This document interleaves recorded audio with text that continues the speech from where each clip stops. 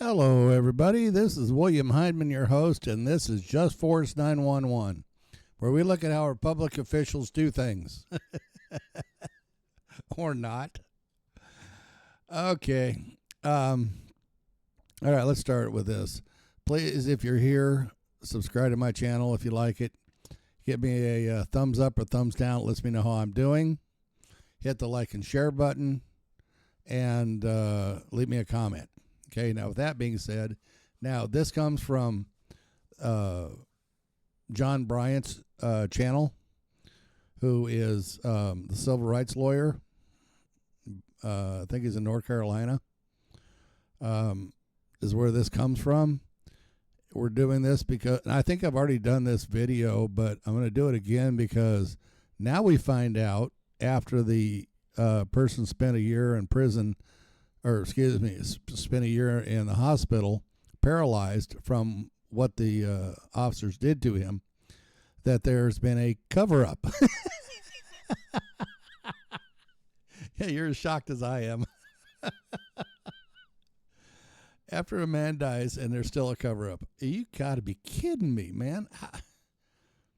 In today's society with video recording, why would you take a chance on this coming back to eat you alive? I just don't get it. Does the blue line think that they're that rock solid that they can get away with this? My other half's over there shaking her head yes. Incredible. Guys, I don't get this. This just boggles my mind because you have video recordings or the body cams, and there's 3 or 4 officers there. You can see everything that happened from the time they walked up to him, and slamming him on the ground, basically folding him in half, laying him on the table, the what do you call those, benches, for where you eat, picnic bench, and telling him to move, and he can't move. Well, he can't move because you basically broke his back. You paralyzed him. Now, this is not the first time that cops have paralyzed somebody. These clowns in costumes, because they're sovereign citizens and they have qualified immunity, it's insane.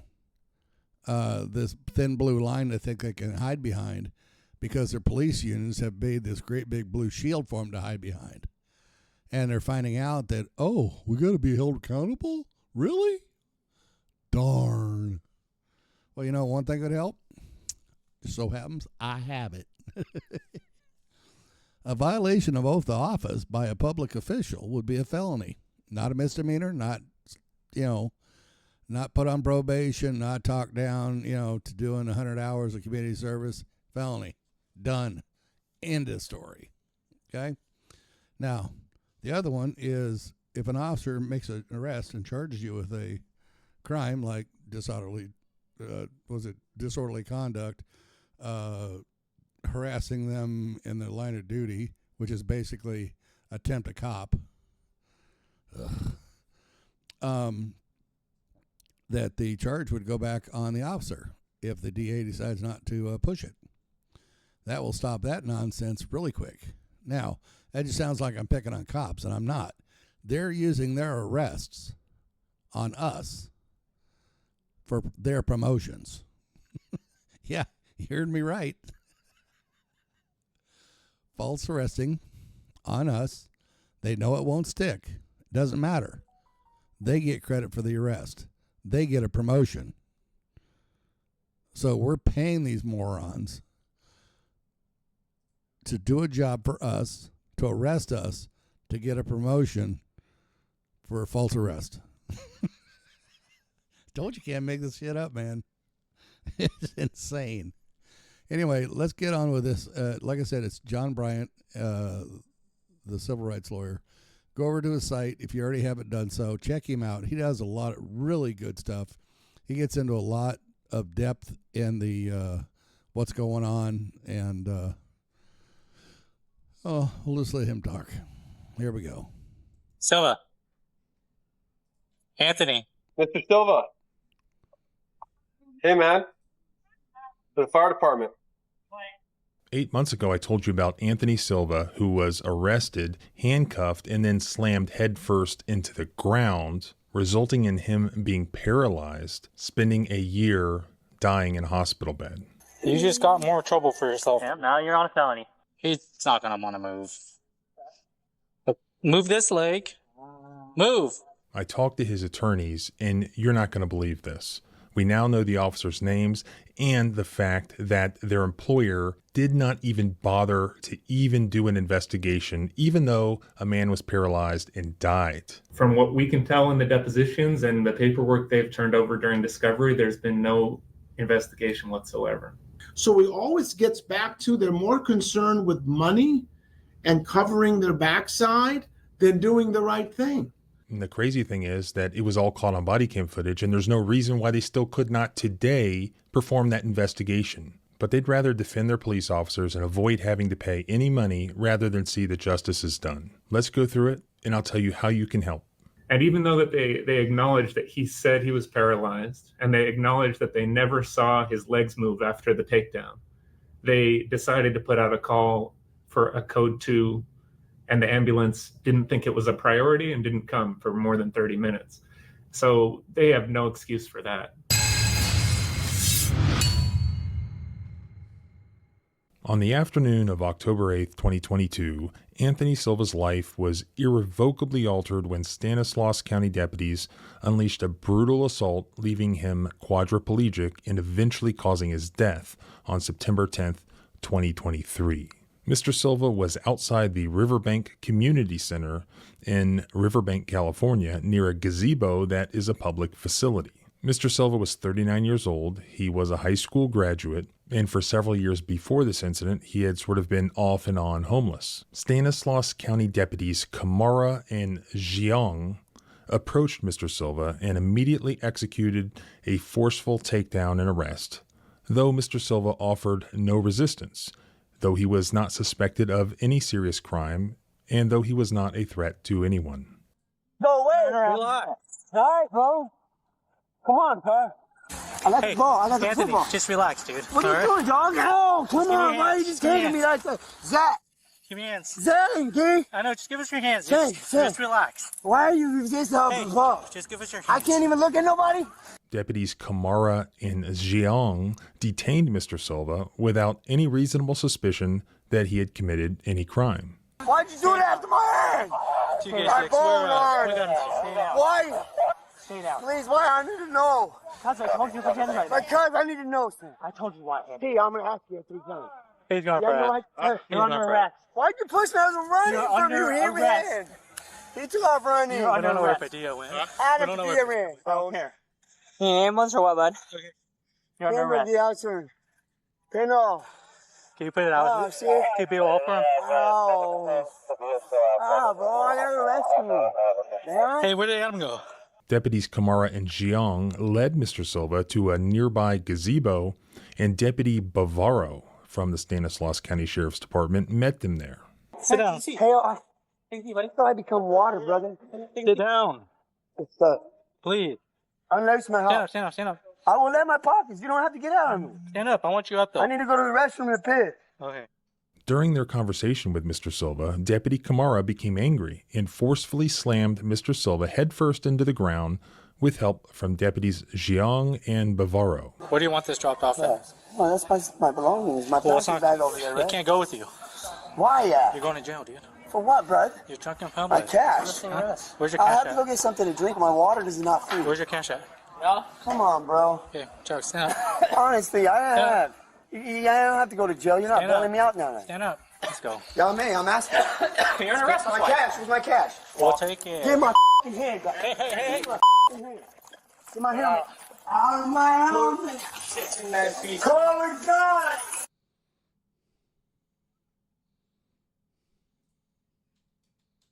Stop. Ow. Ow. You got a rap? Yeah. Ow. 2Y6. Star 1141. Code 2. Let me up. Ow. Ow. Ow. Relax. The forceful takedown of Mr. Silva resulted in cervical fractures of his C6 and C7 vertebrae. In layman's terms, Mr. Silva's neck was broken.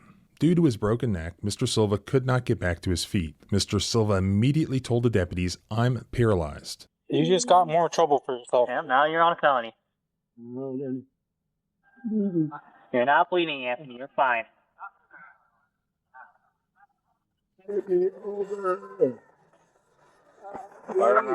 Yeah, I got 1141. You're fine, buddy.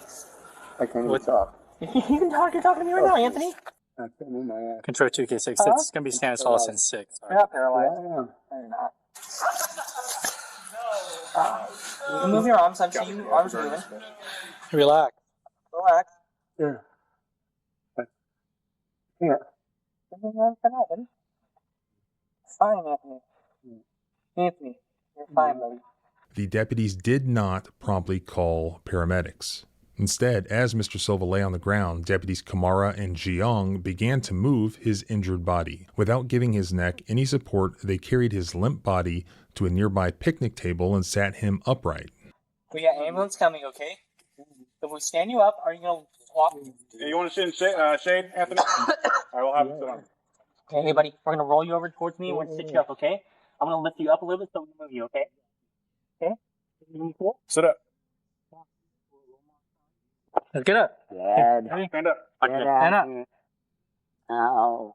I can't. 1, 2, 3. 1, 2, 3. Ready?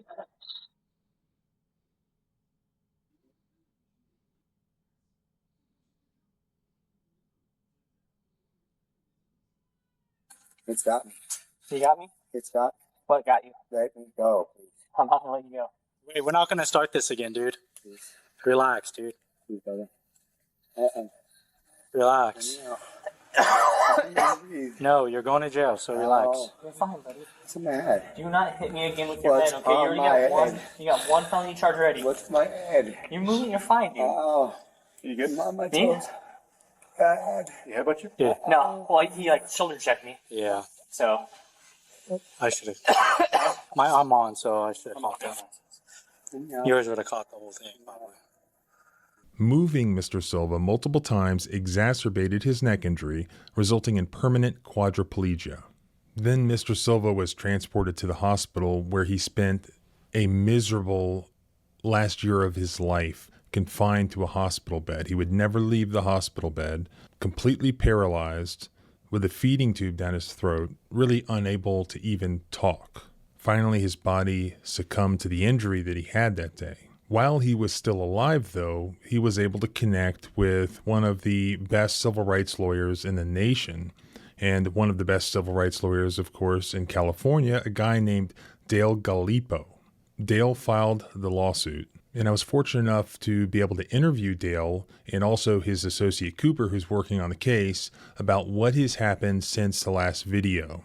They've taken all the depositions, so we know what the officers have to say for themselves. Really, the most egregious thing here is the fact that this man died. Really, it's undisputed. Not only was there no accountability, no discipline for the deputies who were involved, but you're not going to believe this, there was not even any internal investigation whatsoever. So I've been a lawyer for about 35 years. I started out doing personal injury law and criminal defense. About 22 years ago, I decided I was going to specialize in civil rights cases. So I've handled probably several thousand, I think something like over 300 or 400 shooting cases. I mean, that's how crazy the numbers are. I've gone to trial at least over 100 times in federal court against the police. What was the reason for the officers confronting Mr. Silva that day in the first place? I believe they got a call about somebody who was in the park causing disturbance, or they thought he was chasing someone or maybe trying to fight someone. But it turned out that he had never fought anybody. And I think there's a short video that shows that portion. So really the whole thing was exaggerated. Plus they wanted him to leave the park, and he's walking out of the park, contrary to their deposition testimony, where they claim he was stopped and in some type of a fighting stance. He's walking out of the park as the officers approach him, tell him to stop. He eventually stops and turns towards them, and, then it all starts. Did any of the individual officers during their depositions take any responsibility for it at all? No, I don't think so.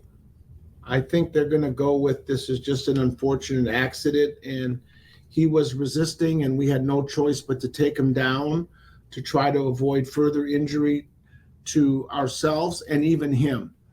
That to me is quite ironic that they are going to say they took him down to avoid injury to him, and they slammed him head into the ground, breaking his neck and paralyzing him. Tell me, how would you frame your opening argument in this case involving Mr. Silva? One of the main things that has to be established, the seriousness of a takedown gone bad, okay? Because some jurors they understand shooting someone in the back is bad, right? Hitting someone over the head with a baton 5 times, that's more visual. Tasing someone 8 times. But taking someone to the ground, if I'm the defense in this case, this is a very unfortunate accident, is how I believe the defense will try to frame this. You're going to head that off at the pass before they even get to it. Yeah, I'm going to head it off at the pass. I'm going to say, and I think some of our questioning, and Cooper's to my right here, you can see Mr. Cooper right there. I believe that in the deposition, and we can send you the transcripts, I asked the officer, and Cooper's taken some and I've taken some, were you trained that a takedown is a reportable use of force? Yes, start with the basics. Were you trained that if someone is taken down, they could be seriously injured, especially if they're handcuffed?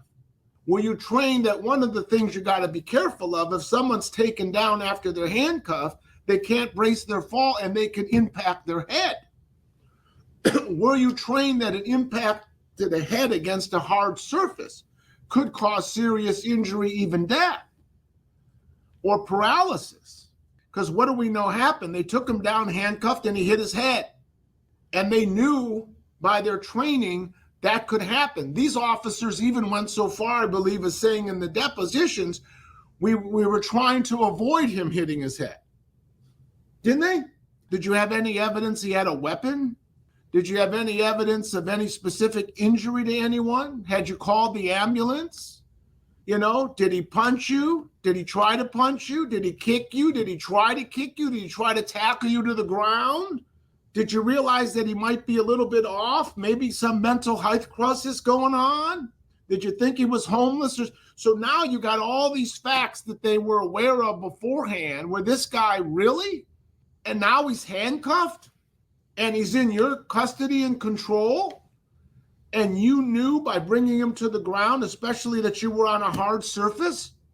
I would try to let the jury know this is not a serious crime they were responding to, that he was initially cooperative and even handcuffed, that he was showing clear signs of a mental health crisis and or someone under the influence and or both. I think the really egregious part of what happened in that situation was not even just the initial injury that occurred, but the way that they treated him afterwards. And right. they sort of mocked him. Yeah, and moved him. And Cooper was really all over that too. He just felt the longer that video goes afterwards, the worse these cops look. They don't even look remorseful. They're almost like, and him crying out. It's very, when you have videos like that, I got to tell you, if I'm on the defense side, I don't want to try that case in front of a jury, certainly not against someone like me, because it could really go south. Help me. We got the ambulance coming, Anthony. Not a tube. Come on. Ow. What do you need help with? Sit up. You are up. Relax. Up. Anthony, where's the pain? Huh? Anthony, look at me real quick. Look at me real quick. Okay. Look at me. I want you to look at the tip of my pen, okay? You literally just had your eyes open. Yeah, I can't. Yeah. Oh, yeah. You want me to help you out before you have to do it? Then if you can do it, you can do it.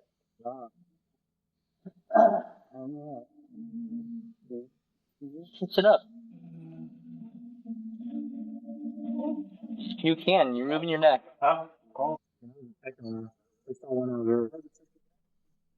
You need our assistance?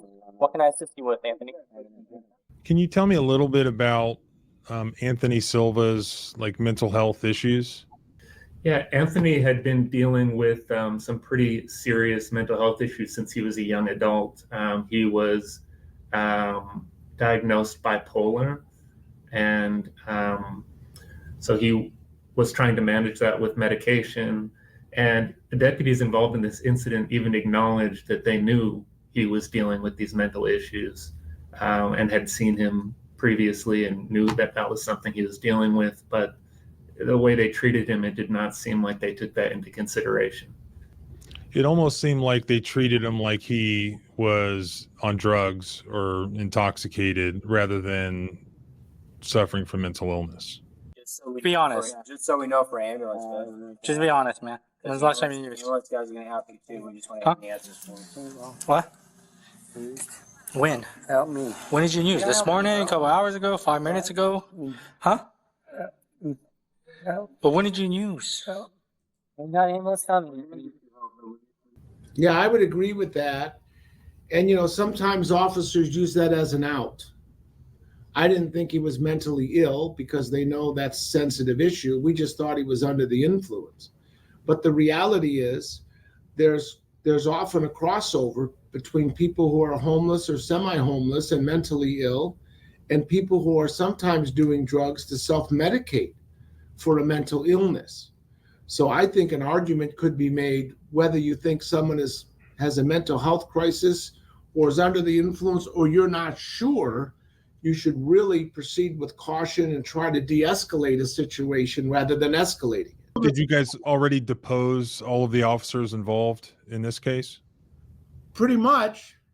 Yeah, I would say yes, with an exception maybe of a sergeant who came after the fact. Did they provide any explanation for their behavior after the fact? I'll let Cooper address that one. What would you say, Coop? Absolutely not. No, the only way that they tried to escape responsibility for this was by saying that it was an accident, that they didn't mean to break his neck.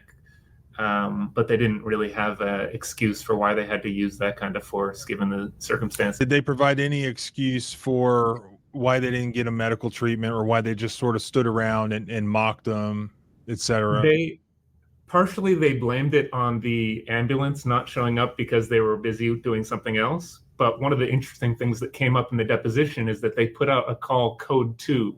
And in the depositions, it came out that if something is very serious, you put out a call code 3. And that means the ambulance comes out and gives your call priority.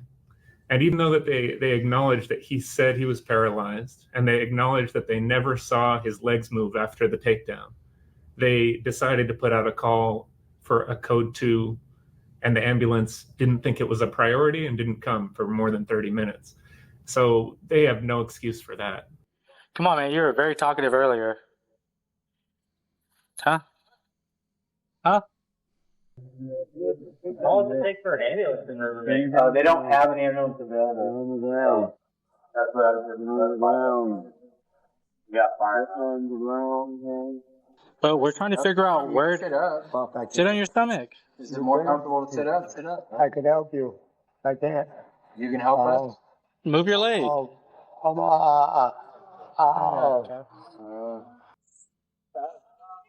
Move this leg. Move. Huh?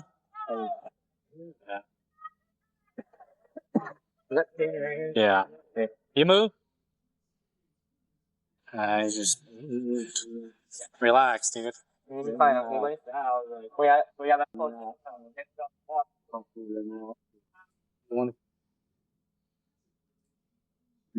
No, yeah, I'm red. Meet real quick.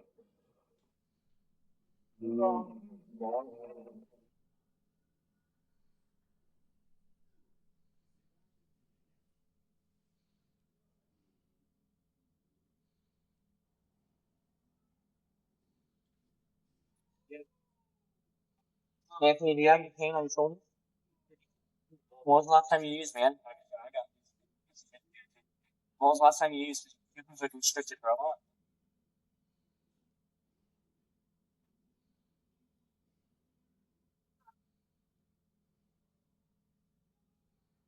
Can you go with Scylla? Anthony, You want to go bicycle? you won't go to jail. Set up. You want to go to jail? Sit up. Hey, you want to go to Bill's house? Go at the lantern when we're down. Yeah. Hey, we got help here, Anthony. Mr. Silva. Hey, man. The fire department. Didn't he die like a year after this occurred? Yes, he died a little bit less than a year after this occurred. It happened on October 8th, 2022, and he died on September 10th, 2023. What was Mr. Silva's life like from the date of this injury till the date that he died? Oh, it was absolutely horrible. So from the date this happened, he never left a hospital bed. He was intubated for most of it. He couldn't breathe with the power of his own lungs. So they had him on a machine for that entire year. And he didn't leave his bed once. He was paralyzed immediately. And essentially, the pictures of him in the hospital over the year, you see a man wither away. He loses weight month after month until he's a husk of a person, and eventually his body can't keep going, and he dies. Was he in a coma, or was he able to communicate during that time? He was able to communicate very basically. He couldn't talk full sentences because he was fully intubated, but he could acknowledge what people were saying to him and say yes or no or nod his head. So he was there, but he wasn't able to actively communicate with people. We got involved pretty soon after it happened. Originally, we were representing Anthony himself, and we actually filed the complaint while he was still alive in the hospital. Shortly after we filed the complaint, unfortunately, he passed away, and we immediately had to substitute in his mother as the plaintiff in the case.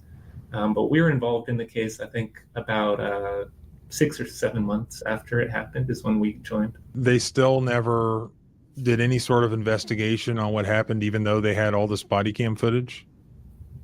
There's been, from what we can tell in the depositions and the paperwork they've turned over during discovery, there's been no investigation whatsoever. Are the officers involved, are they all with this same agency? Yes, they're all with the Stanislaus Sheriff's Department. And I take it none of them have been disciplined in any way? No. The funny thing is the defense counsel is a real piece of work, and he told, because I've had other trials with cases with him and big verdicts or settlements, he told Cooper words to the effect, why is Dale even involved in this case? This is such a nothing case, you know? And here a guy, and we see this as a serious 7-figure case. So I think he's finally getting it, but Cooper took the last few depots and he's extremely rude to Cooper, this guy. Did they take any responsibility here, even from the date that this happened, for what occurred? Zero. It's even worse than that, in that it's come out through the depositions that there was no internal investigation at all, even though they knew the day after this that, without any doubt, they knew that he had broken his neck during the incident. There was no internal investigation of it, and from what I can tell, they didn't report it to the California Department of Justice, and they're required by their own policies to report these kinds of incidents that result in serious bodily injury to the DOJ. So in all respects, they didn't take this incident seriously, even though a man ended up paralyzed and then eventually dying because of it. I think they were hoping that nobody would find out, especially any competent lawyers. And the mother was semi-homeless, so it's a miracle that she got in touch with a lawyer who got in touch with us. I think that's one of the reasons. I think they were trying to hope that nobody would know about this. And, you know, I think the fact that they didn't do a thorough investigation really makes them look bad. Are they contesting that the use of force that occurred and the aftermath caused him to be paralyzed? I don't think they're contesting that. We haven't got into experts yet. I think they're going to say, yes, that did cause it, but, I think they're going to file a summary judgment motion, try to get off qualified immunity and anything else they can do, take an interlocutory appeal if that doesn't work. So I think we're in for a battle on this, but I think we're going to come ahead. We have some good Ninth Circuit cases that talk about takedowns are very serious and could cause serious injury. And so I think given that he was handcuffed and on a hard surface, we also have our state claims, which we have no caps in California, and they're not subject to qualified immunity. So even if things went south on our federal claims, we also have passed a state statute recently, post-George Floyd, for pre-death pain and suffering under state law. So because he's passed away, we're going to go for all of his pre-death pain and suffering.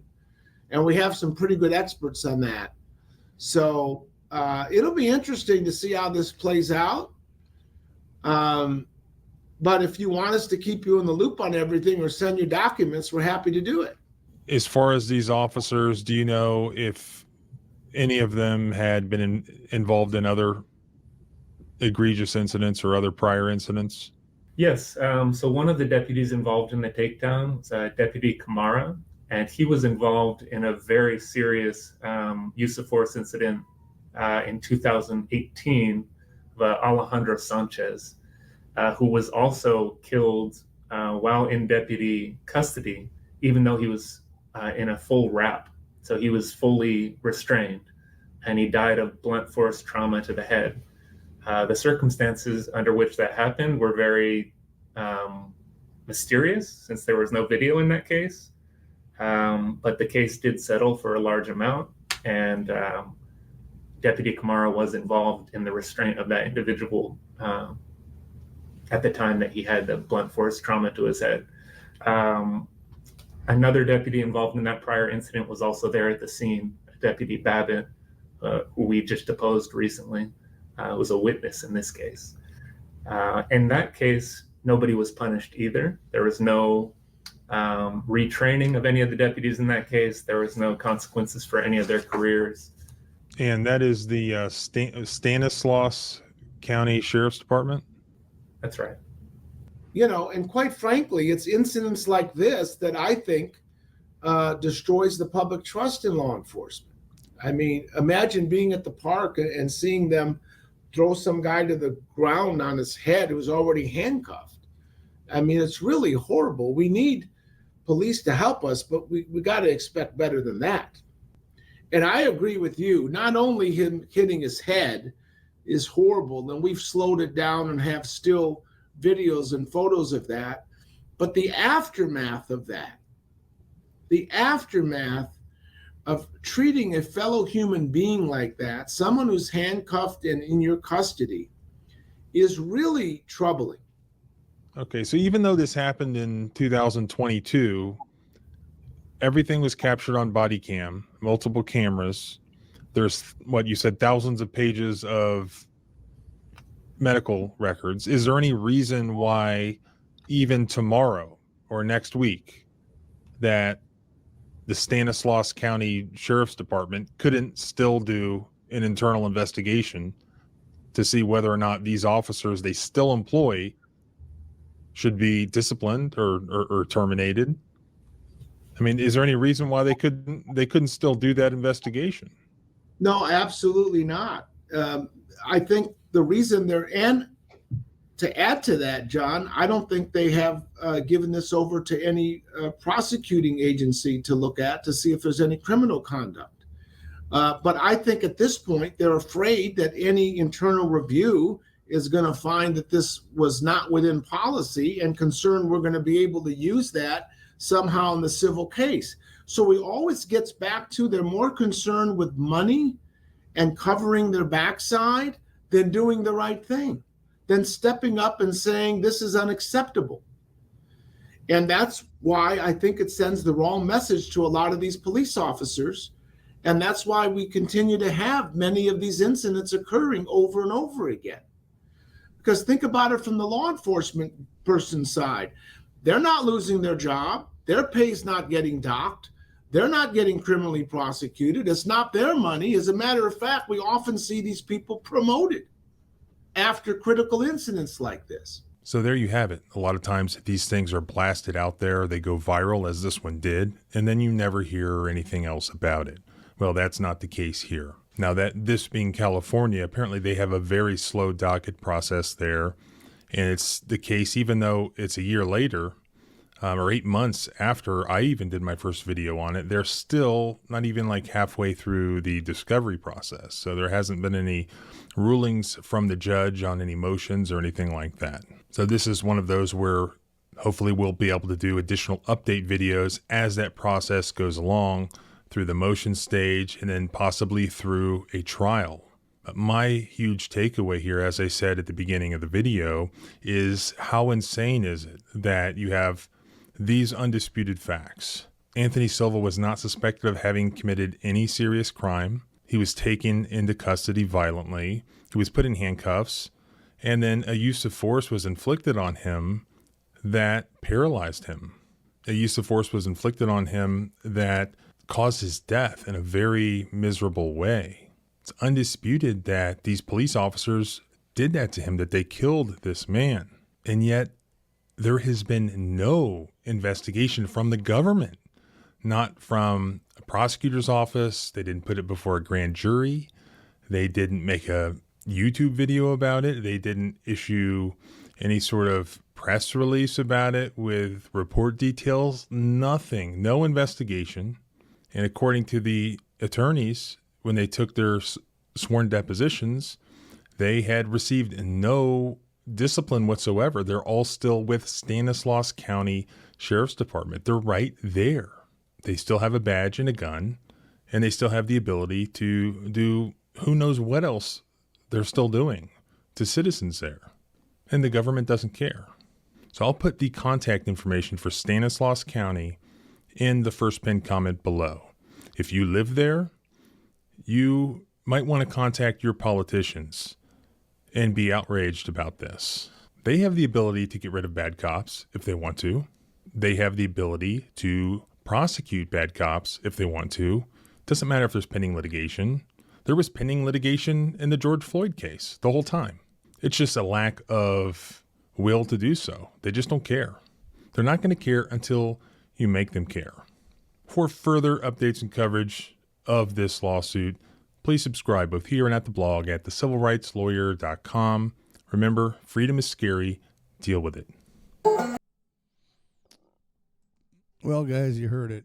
You know, nobody's been held accountable. Gee, I'm shocked and surprised. They didn't even, jeez, where do you start? During the depositions, they didn't think they did anything wrong. You cost somebody their life. You did nothing wrong. What kind of a low-life scumbag are you to be able to have that kind of a thought pattern? Well, sovereign citizens for one, police officers, and it's really too bad. But anyway, guys, tell me what you think. Go over to the Civil Rights Lawyer and check him out. See if you like what he does. Sorry about that. Hit my subscribe button if you haven't already. Hit thumbs up, thumbs down. Let me know what you think, and leave me a comment, and we'll talk to you again later. Thank you.